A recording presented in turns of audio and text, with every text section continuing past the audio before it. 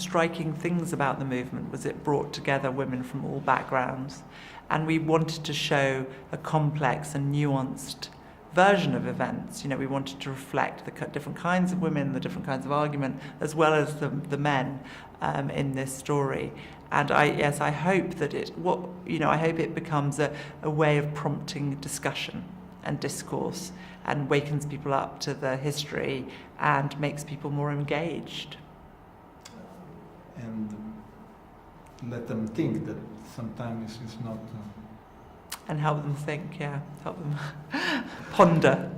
I wanted to remind people about how recently won these rights are, how hard fought for they were.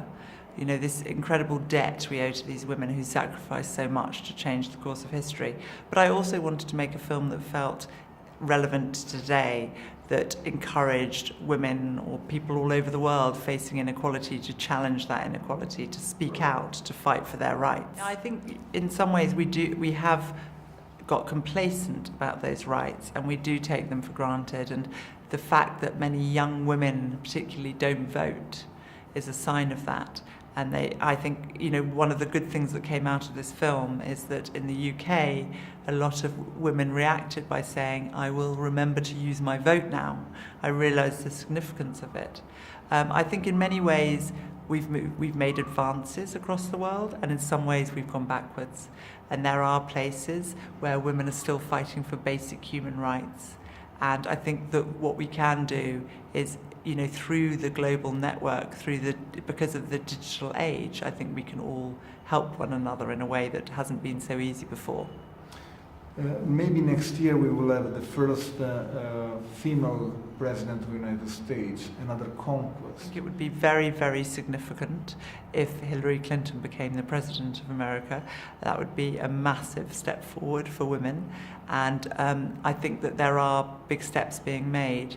But, at the same time, as we know, there are many battles that we've still got to fight. And even if you look at the film industry, it seems extraordinary that this year alone, less than 10% of the films, the top grossing 200 films, were directed by women.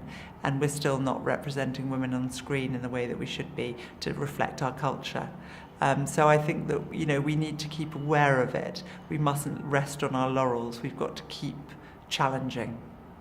Plus, there should be more women directors. How difficult is your personal fight in order to be recognized, to be acknowledged, to do more movies, and to express your point of view?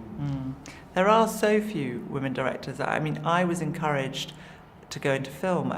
Really, the reason I went into film was because I saw the work of women directors. Before that, I just didn't realize it was possible to be a woman and direct. I think that idea that you have to see it to be it is so true, that you need role models.